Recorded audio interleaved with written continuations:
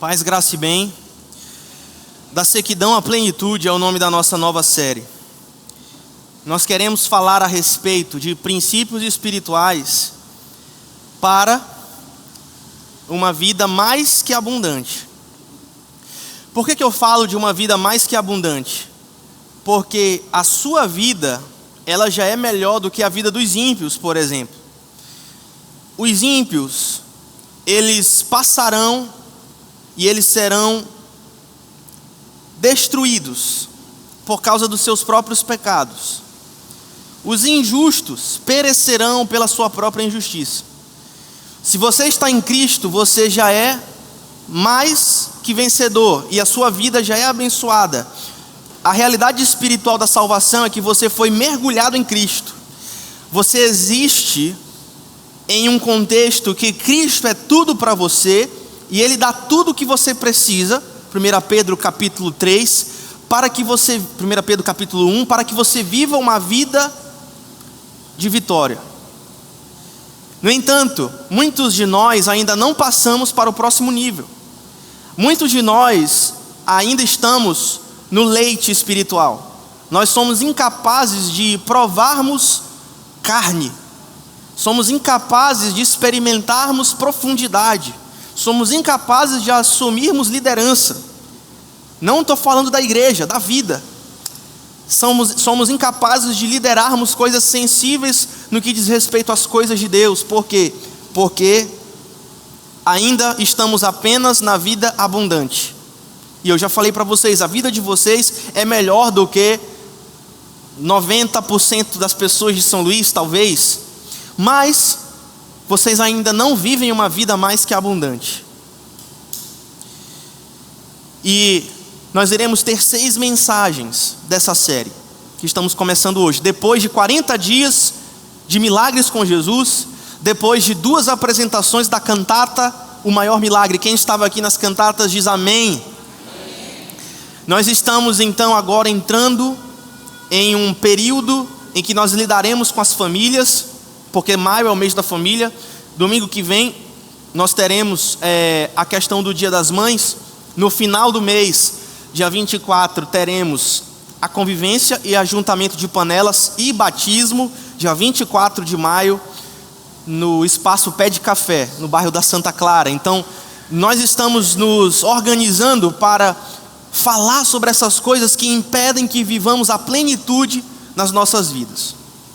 Então, vou testar meu passador de slide para ver se ele está funcionando. Se não, o meu amigo João Elias segura para mim. João, acho que você vai ter que trabalhar hoje. Então, nós iremos falar hoje sobre o primeiro princípio para que nós possamos viver uma vida mais que abundante e sair da sequidão para a plenitude. Quantos de vocês querem sair da sequidão e irem para a plenitude? Digam amém. Então nós iremos falar sobre isso hoje. E o primeiro princípio que nós devemos aprender para que passemos da sequidão à plenitude é o contentamento. O contentamento é uma das virtudes bíblicas mais negligenciadas pelas pessoas que vivem na igreja.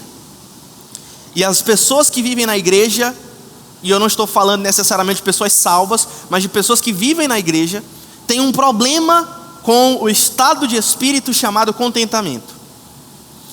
Por causa disso, eu começo com a seguinte frase: quem muito deseja o que ainda não tem, esquece de agradecer por tudo que já recebeu. E quem vive esquecendo o que Deus já fez, acaba tornando a vida mais pesada do que precisa ser. Vou repetir. Quem muito deseja aquilo que ainda não tem, esquece de agradecer por tudo que já recebeu. E quem esquece o que Deus já fez, acaba tornando a vida mais pesada do que deveria ser. E a única coisa que nos livra disso é o quê? O contentamento bíblico. A única coisa que nos livra de termos uma vida mais pesada, a única coisa que nos livra de vivermos uma vida ingrata e uma vida de desejar o tempo todo e uma vida de nunca se satisfazer, é o contentamento bíblico. Por causa disso, nós iremos para uma das passagens bíblicas, se não a passagem principal a falar a respeito da virtude bíblica do contentamento, que está em Filipenses, capítulo 4, do verso 10 ao verso 13. Então eu peço que você abra sua Bíblia, em Filipenses capítulo 4, melhor dizendo, Filipenses capítulo 4, e nós iremos ler do verso 10 até o verso 13.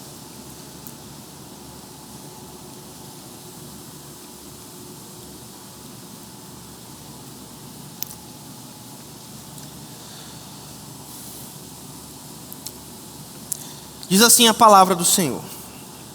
Diz assim a palavra do Senhor. Como eu me alegro no Senhor por vocês terem voltado a se preocupar comigo. Sei que sempre se preocuparam comigo, mas não tinham oportunidade de me ajudar.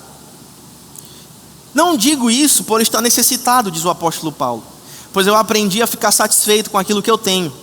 Olha que coisa maravilhosa, irmãos. Olha que coisa maravilhosa. Eu aprendi a ficar satisfeito com aquelas coisas que eu tenho, não com aquilo que eu quero, não com aquilo que eu acho que eu preciso, não com aquilo que eu preciso guardar dinheiro para comprar. Eu aprendi a ficar satisfeito com aquilo que eu tenho. O apóstolo Paulo continua, dando um tratado e explicando um tratado a respeito da vida contente. Ele diz: sei viver na necessidade e sei viver também na fartura. Aprendi o segredo de viver em qualquer situação, de estômago cheio ou de estômago vazio, com pouco ou muito. Posso todas as coisas por meio de Cristo que me fortalece. Posso todas as coisas por meio de Cristo que me dá forças. Queridos, nós vivemos em uma época marcada por um mal que eu botei aqui no meu esboço, que é um mal silencioso e constante. Mas eu quero me retratar aqui, porque não é mais silencioso. A falta de contentamento, ela é gritante nos nossos dias. A falta de contentamento e as pessoas claramente falando a respeito de como elas querem mais, de como elas não estão satisfeitas, de como elas vão sacrificar todos os valores e todas as virtudes possíveis em prol de alcançarem aquele ideal de posses, de status, de vida idealizada. Então, se você rola o seu feed do Instagram ou o seu TikTok, ou então você vai para o YouTube e você vai passar alguns minutos ali, algum conteúdo vai ser sugestionado para você. E esse conteúdo tem a ver com a futilidade da vida das pessoas. Minha esposa estava me contando que ela estava acompanhando no Instagram uma conhecida nossa, né? E ela é uma pessoa ali de classe média, tal, tem ali o seu salário, advogada, ganha ali o seu dinheiro, tem ali a sua vida social, e vai para a academia, vai para a terapia, sabe, esse tipo de gente. E então, ela postou que foi agora para um almoço com um missionário. Ela e o marido dela, que são da igreja. E eu estou falando de gente da igreja, tá? Estou falando de gente da igreja. E aí foram para esse almoço com esse missionário. E aí, Lorena me contando que essa conhecida nossa saiu desse almoço completamente destruída, emocionalmente. Por quê? Porque viu que a vida dela é muito fácil, enquanto que a vida dos missionários com quem eles foram almoçar era uma vida muito difícil. Era uma vida de privação financeira, era uma vida de muita necessidade, era uma vida de incertezas. Será que essa igreja vai continuar me ajudando financeiramente? Será que os mantenedores continuarão com o compromisso missionário? Então, foi muito propício essa conversa que eu tive com a Lorena para me lembrar que é exatamente esse o estado das coisas que nós vivemos hoje. Não é mais o mal silencioso, a falta de contentamento. É como se, por mais que as condições de vida melhorem, o ser humano permanece insatisfeito, desejando sempre algo além, algo a mais. E esse mal-estar está longe de ser apenas um traço moderno. Não é porque nós estamos no ano de 2025 que as pessoas se tornaram mais descontentes. Não, pelo contrário. Você vai ler literatura de 2 séculos atrás, as pessoas estavam igualmente, como é que eu posso dizer? Elas estavam entediadas. Você lê os escritos de Jonathan Edwards, um dos maiores teólogos da história da cristandade, e ele dizia que no século XVIII, lá na Inglaterra, na verdade na Nova Inglaterra, que é os Estados Unidos, os jovenzinhos andavam pelas praças sempre descontentes e sempre entediados, sempre buscando uma novidade para que a vida deles pudesse ter um pouco mais de sentido.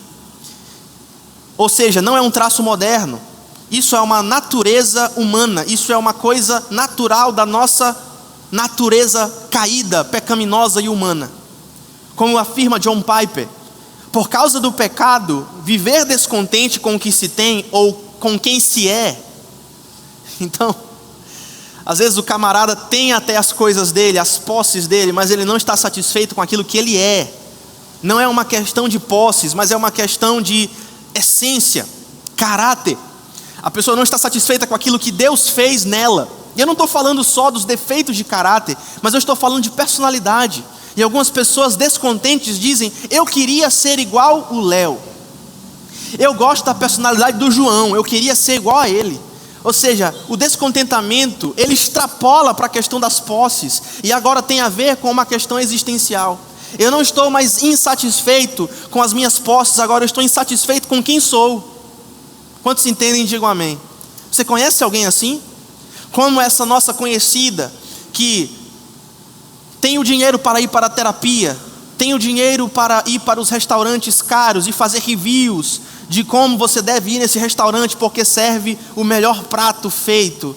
Não o prato feito da classe trabalhadora, mas aquele prato feito de R$150, para você ter uma experiência gastronômica. Mas depois que ela se depara com a realidade dos missionários, que muitas vezes não sabem se vão ter o que comer na janta, ela percebe que a vida dela é uma vida descontente. Ela percebe que a vida dela é uma vida descontente. E é por isso que nós precisamos dessa palavra de hoje. Então eu vou terminar a frase do John Piper, quando ele diz assim: por causa do pecado, viver descontente com o que se tem ou com quem se é, se tornou uma inclinação automática da alma. Ou seja, o pecado faz com que nós estejamos descontentes. E ele tem razão. Um espírito descontente não apenas rouba a paz. Se uma pessoa não está satisfeita nunca, ela não tem paz. E nós começamos a desejar aquilo que não precisamos, cobiçar o que não podemos ter, e a desprezar aquilo que Deus, por sua graça, fora do nosso mérito, nos deu. Ou seja, começamos a desejar o que não precisamos. Um carro de R$200 mil, ele faz a mesma coisa básica que um carro de 20 mil, de 25 mil. Se bem que neste tempo e nesta época que vivemos no Brasil, não existem mais carros de R$20 mil. Sim ou não? Você sabe do que eu estou falando. Então, mas o que eu estou querendo dizer é, um relógio, e a única coisa cara que eu tenho, já falei isso para vocês, são os meus relógios. Mas pergunta se eu comprei algum deles. Todos eu ganhei, absolutamente todos. E aí, depois de um tempo relutando com o meu próprio interior, eu vou pesquisar quanto custa cada um que eu ganhei. Aí eu, meu Deus, vou doar, vou vender e vou dar o dinheiro para missões, né? Porque é isso que pastores de bom senso fazem. John Piper tem razão, a nossa alma é uma fábrica, o nosso coração, melhor dizendo, é uma fábrica de ídolos. Mais uma vez, cobiçamos o que não podemos ter, desejamos o que não precisamos e desprezamos aquilo que Deus já nos deu. Ou então retemos, recebemos e retemos, recebemos e ficamos conosco mesmos. Quando a lógica da vida cristã é 3 coisas e não tem nada a ver com reter. Qual é a lógica da vida cristã? Receber, celebrar e repartir. Diga comigo: receber, celebrar e repartir. Essa é a lógica da vida cristã. Essa é a lógica do reino de Deus. Sempre foi assim. Você recebe, você celebra com os seus, e geralmente os seus são aqueles que fazem parte da família da fé, e você reparte. Afinal de contas, o que você vai fazer com essas posses? E é por isso que nós precisamos dessa palavra de hoje. Essa palavra de hoje fala da vida mais que abençoada. E essa é a primeira mensagem de uma série de mensagens que fala sobre a vida mais que abençoada. Você já é abençoado, mas você tem que sair da sequidão para a plenitude. E a primeira coisa que você precisa entender é a respeito do contentamento. Então, nós iremos aprender 3 lições hoje, baseado nesse texto que lemos. Em primeiro lugar, uma vida mais que abençoada exala contentamento. 2, contentamento independe de circunstâncias. E 3, o verdadeiro contentamento não depende de fatores externos. E nós iremos descobrir juntos isso que é uma coisa misteriosa. Por que é uma coisa misteriosa? Porque o verbo que Paulo usa para falar a respeito de aprender, eu aprendi a viver, eu aprendi a funcionar dessa forma. E esse aprender, nós iremos ver um pouco mais à frente, que é um verbo grego que diz: eu fui iniciado em um mistério. Eu fui iniciado em um mistério. E nós iremos entender o que isso significa. Mas em primeiro lugar, uma vida mais que abençoada exala contentamento. O apóstolo Paulo, ao escrever Filipenses, estava preso. Ele estava preso em uma prisão romana. Ou seja, ele não estava nas melhores das situações. A estação da vida de Paulo, ao escrever o livro de Filipenses, não é uma situação das melhores. E os estudiosos dizem que o livro de Filipenses é um recibo de Paulo, mandando para a igreja de Filipos, dizendo: eu recebi a oferta que vocês mandaram, muito obrigado. É um recibo, é uma declaração de Paulo de gratidão. Ele estava preso, cercado por incertezas, sem saber se naquele momento seria libertado ou se seria condenado à morte. E é exatamente nesse cenário de limitações, inseguranças e incertezas que ele escreve uma das cartas que, segundo estudiosos e pela nossa experiência, se você já leu Filipenses, você sabe que é uma das cartas mais alegres do Novo Testamento, sim ou não?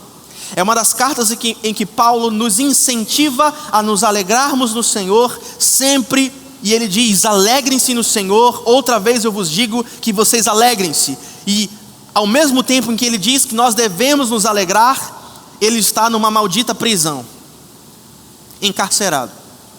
Então ele diz no versículo 11: não digo isso por estar necessitado. Então ele diz assim: olha, eu agradeço porque vocês sempre se lembram de mim. Eu agradeço, igreja de Filipe, porque vocês sempre mostram cuidado para comigo. E aí depois ele diz no versículo 11: não que eu não digo isso por estar necessitado, pois aprendi a ficar satisfeito com o que tenho. Perceba, Paulo não descobriu o contentamento por acaso. Ele diz: eu aprendi a ficar satisfeito. Eu aprendi a ficar satisfeito com o que tenho. Ou seja, em outras palavras, para você que nasceu com a natureza pecaminosa, para você que nasceu com a natureza caída, para você que é filho de Adão, filha de Eva, para você que não é regenerado do Espírito, o contentamento não é uma virtude natural, não é uma coisa que é espontânea dentro de você. É por isso que as redes sociais, onde todo mundo se compara com todo mundo, está inundada de pessoas que simplesmente caem na sua própria inclinação. Elas são aquilo, elas são insatisfeitas, elas são descontentes, porque é isso que é natural delas. Mas Paulo nos dá um exemplo, e ele nos dá uma clareza sobre o que acontece depois que nós aceitamos Jesus. Quem já aceitou Jesus diz amém. Então, se você já aceitou Jesus, você tem que pegar o exemplo de Paulo, porque ele diz assim: olha, eu aprendi a viver dessa forma. Eu aprendi, ou seja, não é automático, é mistério para vocês que são pentecostais, é mistério de Deus, não é automático, é uma revelação e uma transformação interior. Aprender a viver contente não é o mesmo que se conformar. Contentamento não é apatia, ou seja, não é que você vai ficar lá estoico, né? Meu Deus, aquela coisa monótona, apática, passiva. Não. O contentamento ele deve ser aprendido com muito esforço. Em outras palavras, mais uma vez, não é automático. Então, sabedoria de Deus para a tua vida. O contentamento é a paz de quem sabe que Deus está no controle, mesmo quando a vida parece desgovernada. Amém? Vou repetir: o contentamento é a paz de quem sabe que Deus está no controle, mesmo quando a vida parece desgovernada. Afinal de contas, não é a ausência de coisas que te faz descontente, é a ausência de rendição à vontade de Deus. Não é a ausência de coisas que te faz descontente, é a ausência de rendição à vontade de Deus. Sabe o que Paulo vai nos mostrar? Que uma vida mais que abençoada, uma vida de uma pessoa que sai da sequidão para a plenitude, é uma vida que começa com aquilo que carregamos no nosso coração. É uma vida que libera o aroma de fé em tempos difíceis. Eu pergunto para você nessa noite: nos momentos difíceis que você tem passado, você tem exalado o aroma do contentamento, enraizado na fé, através de Cristo, por meio do Espírito?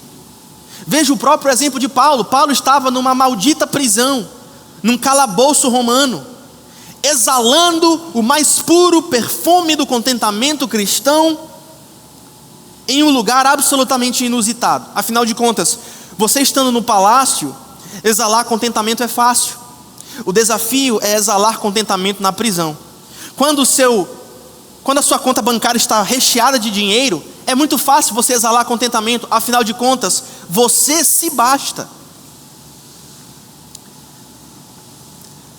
Quando a saúde está em dia, quando o check-up não deu nenhuma surpresa de saúde, é fácil você exalar contentamento.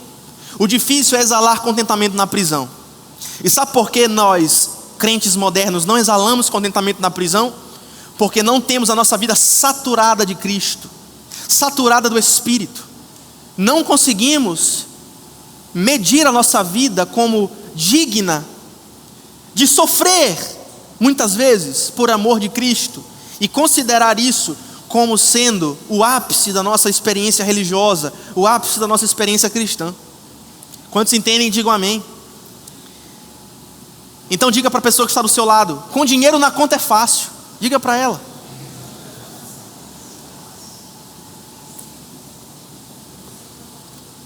É fácil. É simples. É simples.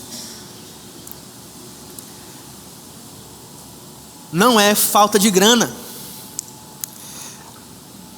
Não é falta de recursos.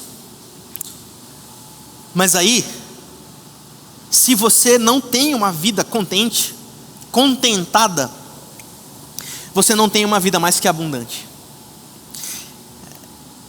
Esse é todo o sentido dessa série. Você já é abençoado. Você já vive uma vida abençoada. Você está em Cristo Jesus. Cristo Jesus é a esperança da glória. Cristo Jesus é a sua herança, a porção da sua herança, seu cálice. Cristo é o quinhão de garantia. Mas não é suficiente. Não estou dizendo que Cristo não é suficiente. Eu estou dizendo que para que você tenha uma experiência mais que abundante, você precisa também desenvolver virtudes que somente a comunhão profunda, íntima com Cristo pode te proporcionar. Somente uma comunhão profunda e íntima com Cristo pode te ajudar a exalar o perfume do contentamento enraizado na fé em Cristo por meio do Espírito. Quantos entendem, digam amém. Então, sabedoria de Deus para a tua vida. O contentamento não está no que virá. O contentamento está na graça de saber que Deus já deu tudo o que nós precisamos para viver o hoje. Afinal de contas, o nosso maior problema não é a falta de recursos. O nosso maior problema é um coração inquieto. Vivemos em dias em que, se você mais uma vez olha para o seu redor, o espírito de descontentamento se tornou padrão. As pessoas se submetem a cargas extenuantes de trabalho para ter aquilo que talvez elas nunca poderão ter. São enganadas facilmente porque se tornaram vulneráveis fora do senhorio de Cristo. Elas se tornam presas fáceis para todo tipo de enganador, porque nelas não há o Espírito da verdade, que mostra para elas que tudo que elas precisam no fim do dia é Cristo. Quantos entendem isso? Isso é profundo.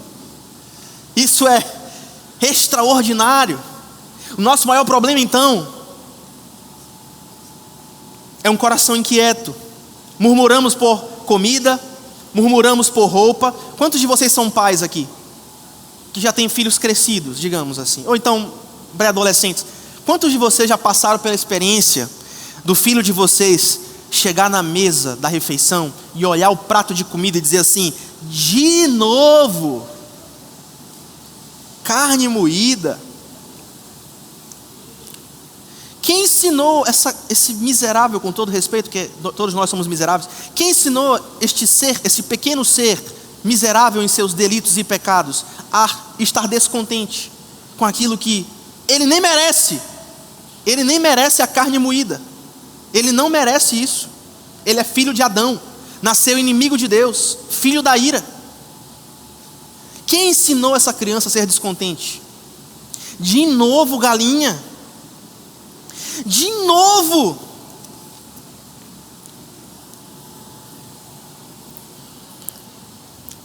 É isso. É isso.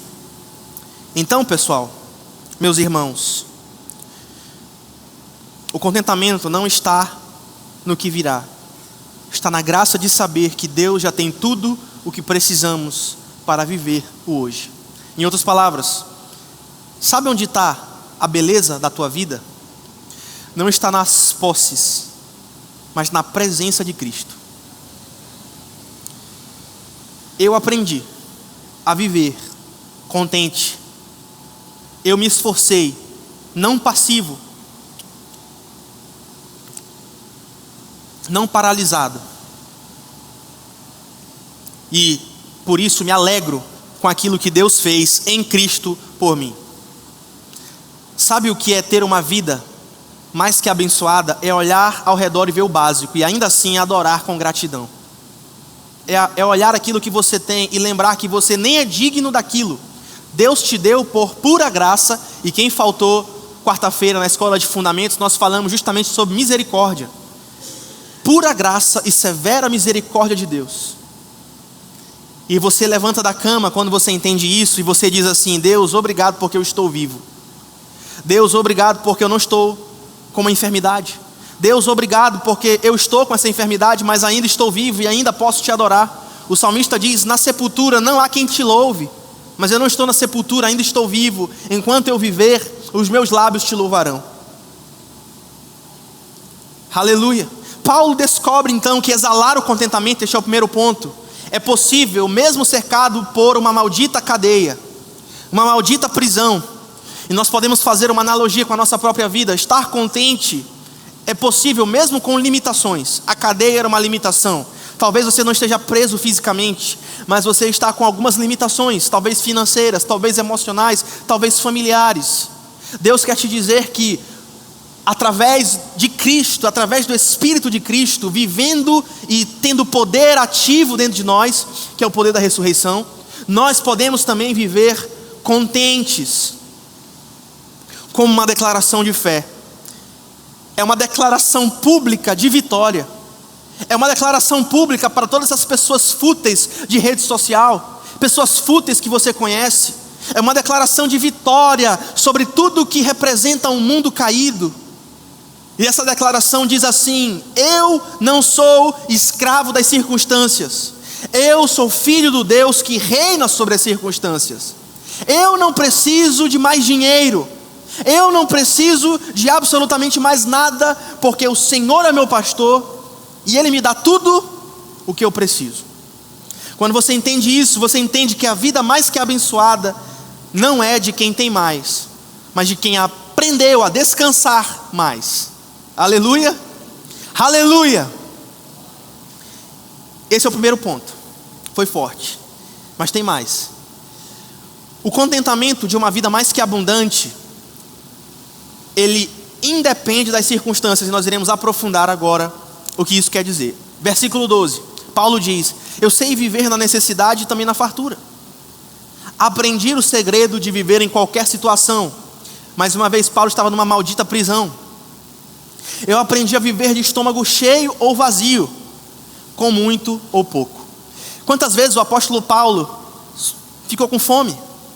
Quantas vezes ele passou por talvez uma privação de nutrientes? E ele diz que mesmo fora do conforto, ele aprendeu a ser contente. Perceba o que ele diz: aprendi o segredo. Aprendi o segredo. Frisa nessa expressão: aprendi o segredo. Essas palavras ditas por Paulo no verso 12, mais uma vez, são de um homem preso, provavelmente atado a cadeias, algemas, correntes, numa cela úmida, muito provavelmente. E mesmo ali, Paulo escreve sobre alegria, sobre contentamento e sobre força. É por isso que eu amo a carta aos Filipenses, porque ela nos ensina que, só antes de eu continuar, vamos lá, eu acabei de falar isso. Numa prisão úmida, envolto em cadeias, mal alimentado, talvez com sucessivos resfriados, Paulo escreve sobre alegria, contentamento e força. Eu pergunto para você nessa noite: me explique isso, me explique como é que isso é possível. Me explique. Você consegue me explicar? Algum de vocês consegue me explicar isso? Esse mesmo Paulo, em outra viagem missionária agora com Silas, ele é preso em Éfeso. Ele é preso em Éfeso e ao meia-noite ele canta hinos de louvor a Deus. Me explique isso. Me explique como isso é possível. Me explique como é que isso é real. Você não consegue me explicar, sabe por quê? Porque é mistério. Diga para a pessoa que está do seu lado: é mistério. E eu não estou usando essa palavra de forma leviana. De fato é mistério. O apóstolo Paulo usa duas palavras gregas diferentes para explicar esse aprendi o segredo. São duas palavras gregas, tem quatro aqui, duas palavras gregas que ele usa para explicar esse aprendizado. Ele diz assim: aprendi o segredo de viver em qualquer situação. No verso 11 ele usa o verbo mantano, que significa aprender por instrução. Alguém ensinou ele. No versículo 12, que é justamente esse que a gente acabou de ler, aprendi o segredo. O verbo que ele usa é o verbo mielmai. O verbo grego mielmai, que significa ser iniciado em um mistério. Ser iniciado em um mistério. Em outras palavras, o contentamento não é só uma questão de instrução, é uma questão de revelação. É por isso que pessoas que te rodeiam, que não fazem parte do mesmo sistema de valores que você, eles não entendem o que é contentamento. É uma coisa absolutamente estranha para eles. É um conceito estranho para eles. É por isso que eles estão com um coração que sempre deseja mais. Porque não é simplesmente uma questão de aprender, é uma questão de ser revelado. Sabedoria de Deus para a tua vida. Se você quer saber o que é viver satisfeito em qualquer situação, você precisa pedir para Deus te revelar isso. Mas aqui eu quero te alertar, porque existe algo perigoso em orações cheias de fé. Sabe o que é perigoso em orações cheias de fé? É porque muitas vezes você pede para Deus e Ele te responde. E aí você pede para Deus: Deus, me ajuda a viver contente em qualquer circunstância. E sabe o que Deus vai fazer? Ele vai te dar oportunidades em circunstâncias diversas para você exercer o contentamento. E aí se torna uma questão de escolha. E muitos de vocês podem escolher pedir para Deus: Deus, me ensina a ser uma pessoa contente. E outras pessoas talvez aqui podem dizer para Deus: Deus, me deixa do jeito que eu estou. Deus, me deixa quieto do jeito que eu estou. Mas aí eu te digo, se você for esse segundo tipo de pessoas, você não vai viver uma vida mais que abundante. Deus não vai te graduar. Deus não vai conseguir santificar essa parte importante da sua vida.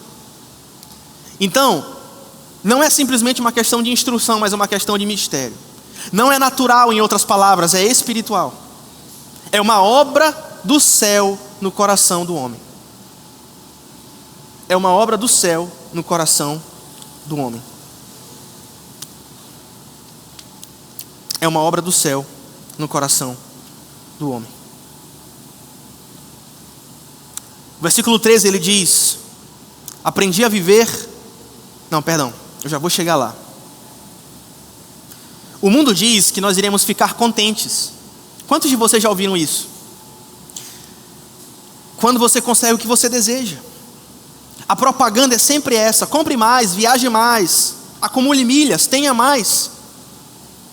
Mas a Bíblia diz que o verdadeiro contentamento é permanecer satisfeito com aquilo que Deus já te deu. Não é passividade, não é que você vai ficar uma pessoa inútil, sem nenhum tipo de ambição na vida.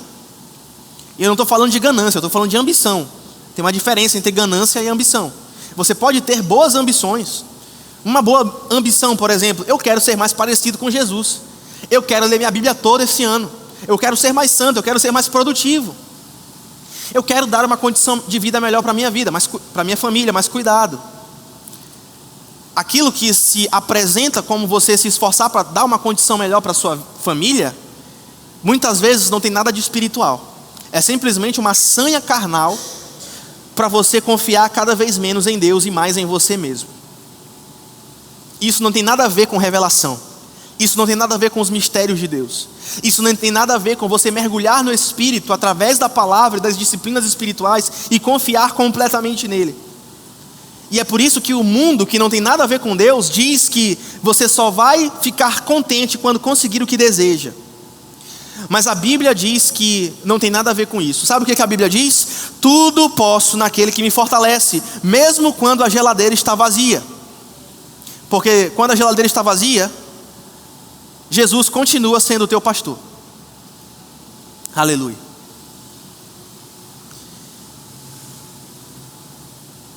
E nunca está completamente vazia. Sabe por quê?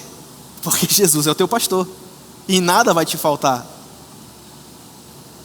Quando a geladeira está vazia, sabe o que Deus faz? Porque Ele é o teu pastor. Ele manda uma igreja te mandar uma cesta básica. Ele incomoda o coração de um irmão para te mandar um pix. Ele manda cair um dinheiro desconhecido na tua conta. Ele incomoda o coração de um parente para te mandar um pouco de comida.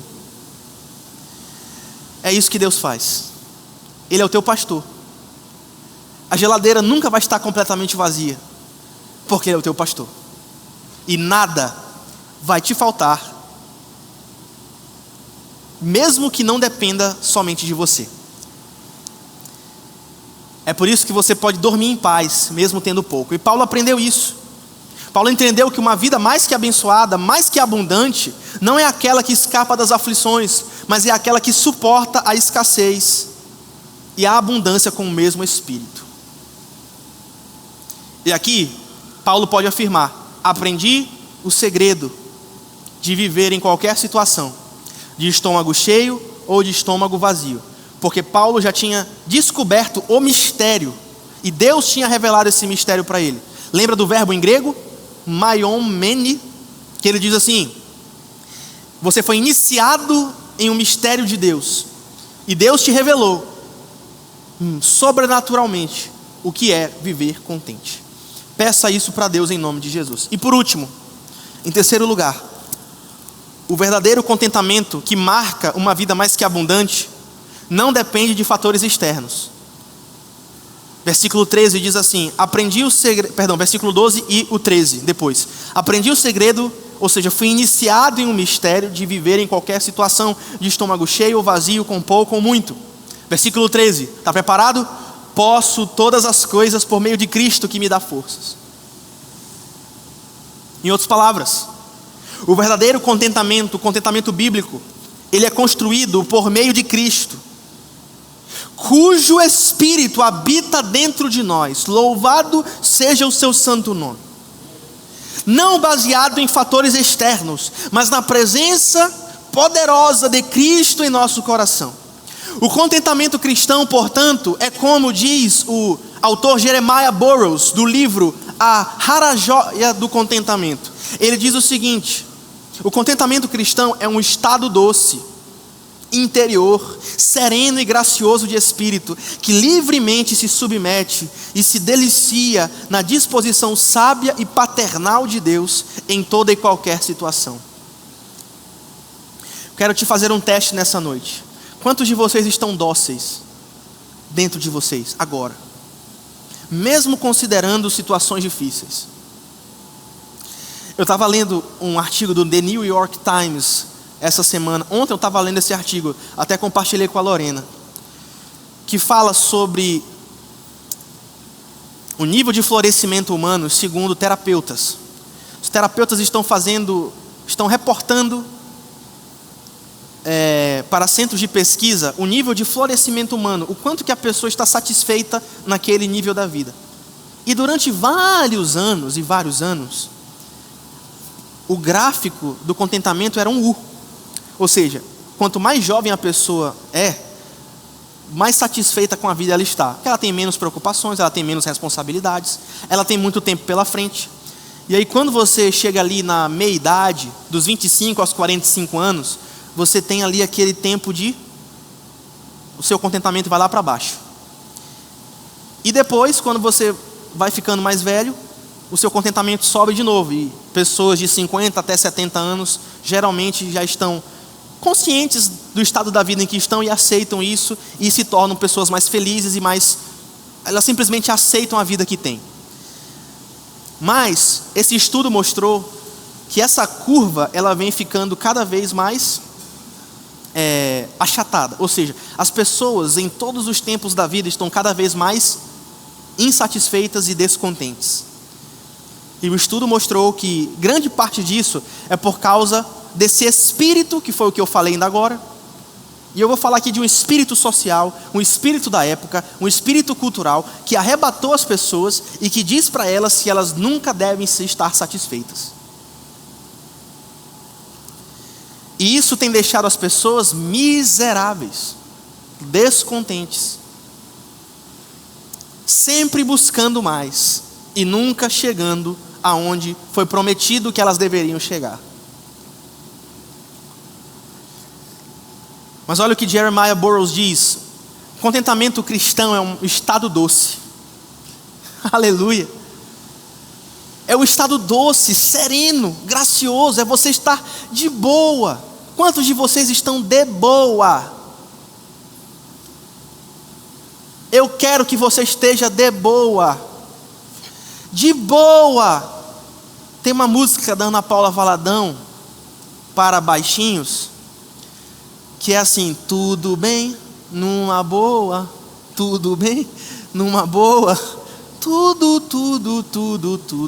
bem, numa boa. E aí diz assim: se a minha vida está nas mãos de Deus, tudo vai melhorar. Essa música é muito boa, porque fala a respeito do espírito do contentamento cristão, que é um estado doce, sereno, calmo, sereno e tranquilo. Por quê? Porque você se delicia, ou seja, eu gostei muito dessa escolha de palavras, porque expressa como deve ser o nosso estado de espírito, de boa, se deliciando. Tem um pastor que eu vou lá na rádio com ele é muito de boa, é o Bispo Renato Chaves, da Casa do Senhor. E é muito bom eu dividir a bancada com ele, porque ele é muito de boa. E ele vai falando amanteigado, né? Tem umas heresias, eu até falei isso para ele, eu sou meio herege aí, né? Mas não tem problema, porque ele é um cara meio amanteigado, ele já está um cara meio velho, assim, já viveu por muita coisa, e ele está um cara de boa, ele não se preocupa mais com muita coisa, ele já entendeu que ele vai ganhar aquele dinheiro ali, está tudo certo, ele percebeu que a vida dele está na mão de Deus, e ele está de boa.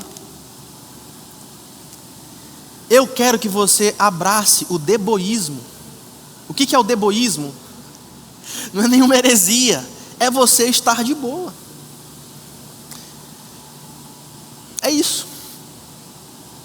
Não se preocupe com contas, não se preocupe com provisão, fique de boa, não se preocupe com boletos. Quantos de vocês amanhã podem sobrenaturalmente não se preocupar com boletos? Quantos entendem isso? Graças a Deus, meus irmãos, Deus tem me dado uma serenidade, nem sempre, mas em grandes partes das vezes, Deus tem me dado uma grande serenidade. Em muitas coisas eu não ligo para nada, de verdade, eu não sei como é que eu vou resolver aquilo. A Lorena fica preocupada, meu Deus, e agora? O que tu vai fazer agora? Não sei. Para a gente mudar de casa sempre foi assim, sempre. A gente conseguiu a nossa primeira casa uma semana antes da gente casar, de verdade, e foi a primeira casa que a gente olhou, foi assim, essa aqui, e acabou. Depois que a mulher pediu a casa, a gente foi mudar para a segunda casa, de novo, a mesma coisa. Eu não me preocupo com essas coisas. Por quê? Porque se eu não acredito que Deus é poderoso para cumprir a palavra dEle, o que eu estou fazendo da minha vida? Eu estou mentindo para vocês. Eu não me preocupo com nada. Tudo bem numa boa. Quando a gente for mudar para a terceira casa, a mesma coisa. O que é uma casa para Deus? O que é uma casa para Deus? O que são essas situações suas para Deus?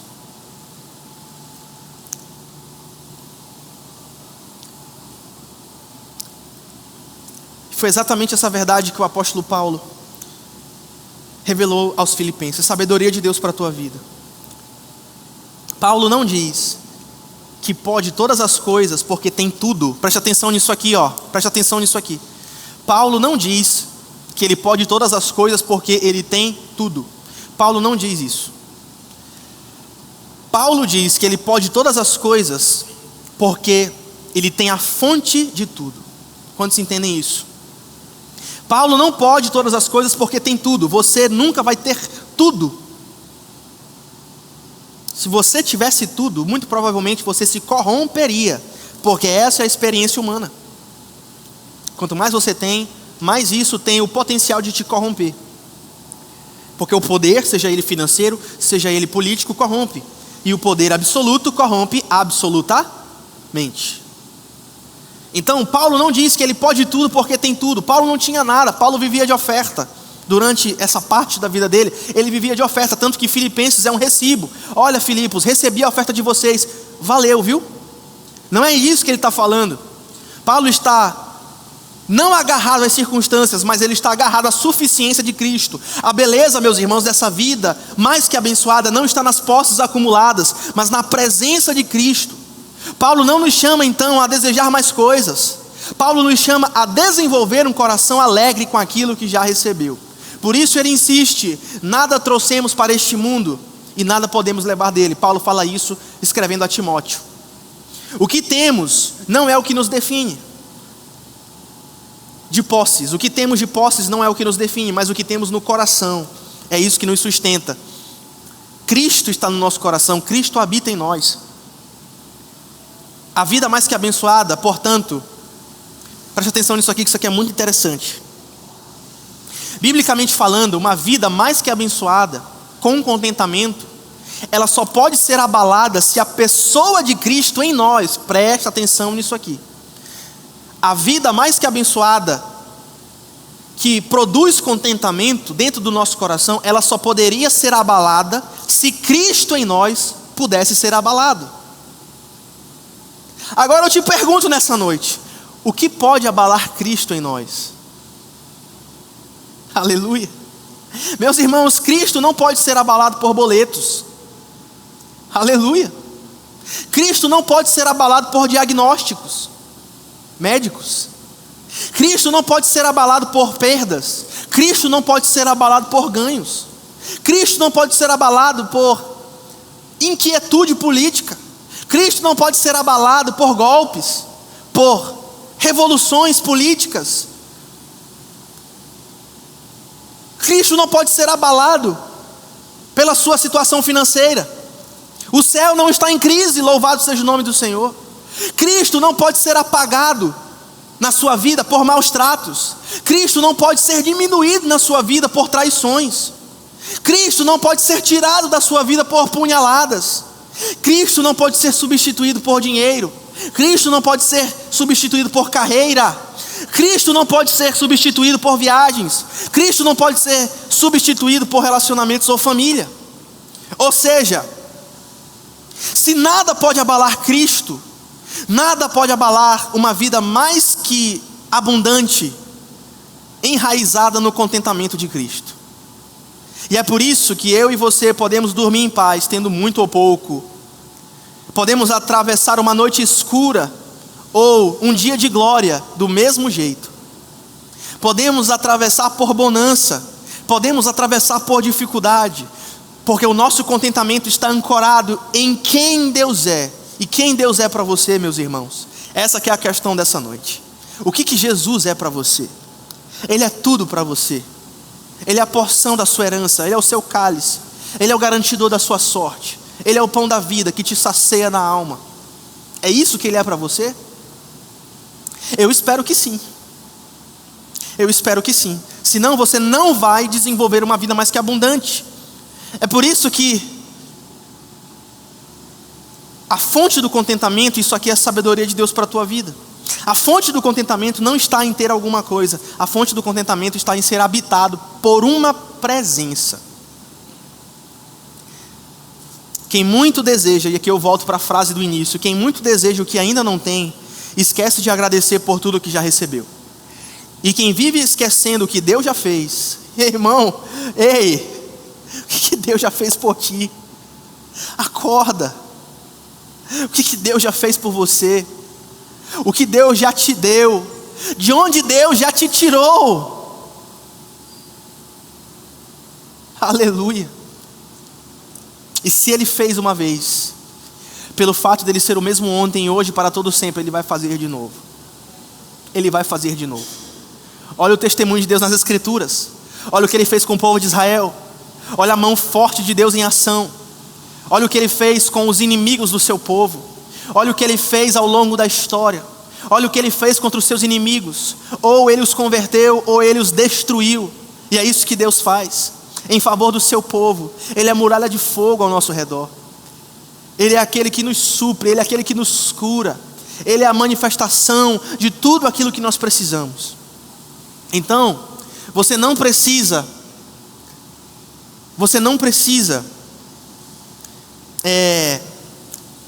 ter algo.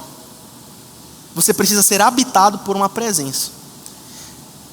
Quem muito deseja o que ainda não tem, esquece de agradecer por tudo que já recebeu. E quem vive esquecendo o que Deus já fez, acaba tornando a vida mais pesada do que precisa ser. A verdadeira adoração não é apenas fazer algo que agrade a Deus, é alegrar-se com tudo que Ele já fez. É por isso que nós cantamos aquela canção que diz assim: se Deus fizer, Ele é Deus. Se não fizer, Ele é Deus. Se a porta abrir, Ele é Deus. Mas se fechar, continua sendo Deus. Se a doença vier, Ele é Deus. Se curado eu for, Ele é Deus. Se tudo der certo, Ele é Deus. E se não der, continua sendo Deus. Eu não te adoro, pelo que o Senhor faz, Senhor. Eu te adoro por quem tu és. Aleluia. Cristo, meus irmãos, Cristo é a resposta. E eu quero te deixar com essa palavra nessa noite. Todos os nossos problemas nascem lá em Adão e Eva, com um coração descontente. Preste atenção nisso aqui.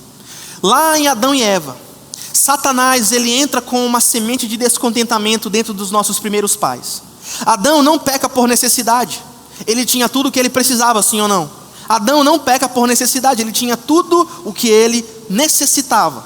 Ele peca por descontentamento, porque o coração descontente, na verdade, ele esconde um coração que na verdade é idólatra, que diz assim: Deus não é suficiente para mim, eu sou suficiente para mim mesmo. Então Adão não peca por necessidade. Adão cai, e junto com ele toda a raça humana, porque achou que Deus não era suficiente. E então nós temos hoje no TikTok, no Instagram, a manifestação de uma sociedade e uma cultura que nada preenche o vazio dessas pessoas.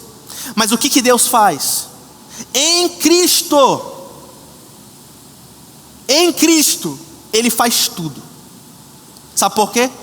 Porque na cruz do Calvário, Jesus não apenas morreu pelos nossos pecados. Preste atenção nisso aqui. Na cruz do Calvário, Jesus assume o peso do nosso descontentamento. Durante a sua vida, Jesus viveu que nem Paulo, com fome ou na fartura, com a falta de comida ou no banquete. Jesus, ao andar aqui na terra, sofreu a glória de entrar por Jerusalém e as pessoas gritando hosanas ao filho de Davi, e Jesus também sofreu escárnio. Jesus, ao andar aqui na terra, ele esteve com as multidões e ele enfrentou o abandono. E em cada estação, Jesus se submeteu à vontade do Pai com alegria, ao ponto dele dizer: a minha comida e a minha bebida é fazer a vontade do meu Pai. O contentamento de Cristo mais uma vez foi provado no deserto e depois foi confirmado no Getsêmani, quando ele ora: Pai, seja feita a tua vontade. Se tu fizeres, tu és Deus. Se tu não fizeres, tu és Deus. Se tu me deres aquele bem material, tu és Deus. Se tu não deres, tu continua sendo Deus. Jesus disse: se tu me deres esse carro do ano e essa casa do ano, tu és Deus. E se tu não deres, tu continua sendo Deus. E ele diz: seja feita a tua vontade. Então ele não apenas ensina sobre contentamento, ele viveu, Jesus viveu o contentamento perfeito por cada um de nós. E é por isso que nós podemos dizer, por causa do que esse Jesus fez, eu e você podemos dizer hoje: em Cristo eu posso todas as coisas, porque Ele me fortalece. Em Cristo o coração inquieto se aquieta. Em Cristo o espírito murmurador que vive dentro de nós se cala. Em Cristo eu e você nos tornamos uma nova criatura, capaz de dizer: o Senhor é o meu pastor e nada vai me faltar. Em outras palavras, o mundo diz: você precisa de mais. Mas o céu responde: você não precisa de mais, você precisa de Cristo. E se você tem a Cristo, então você já tem tudo. Louvado seja o nome do Senhor. Para refletir e praticar. Assim diz as Escrituras. Crentes, cadê os crentes aqui nessa noite? Quem entendeu o que eu preguei diz amém. Eu quero te convidar à fé. Eu quero te convidar ao estado de espírito em que você está de boa. De boa. Eu quero te convidar a este estado de espírito. Porque hoje vocês foram lembrados dos deveres de vocês, como crentes em Jesus. E o primeiro dever, um coração agradecido, é o solo fértil, preste atenção nisso aqui, de maiores bênçãos. Deus não vai te dar mais nada, se você não for grato por aquilo que Ele já fez. Elias, bota aquela primeira frase do sermão, a primeira de todas. Quem muito deseja o que ainda não tem, esquece de agradecer por tudo que já recebeu. Por que você está nesse estado inquieto de desejar mais? Passe um bom tempo agradecendo por aquilo que Deus já te deu.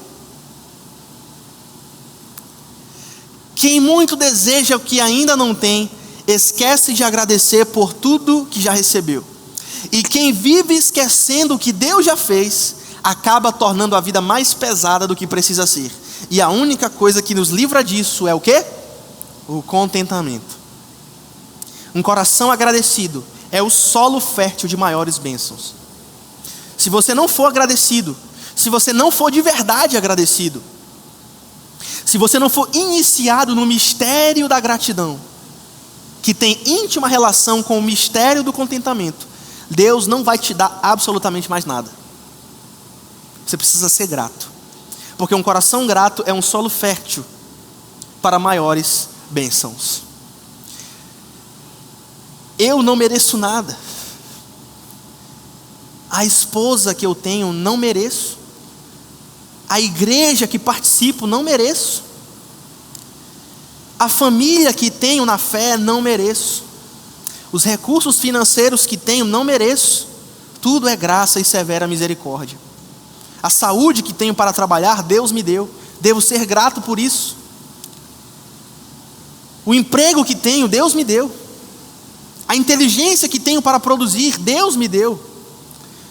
Nós devemos ser gratos, porque um coração grato é o solo fértil de maiores bênçãos.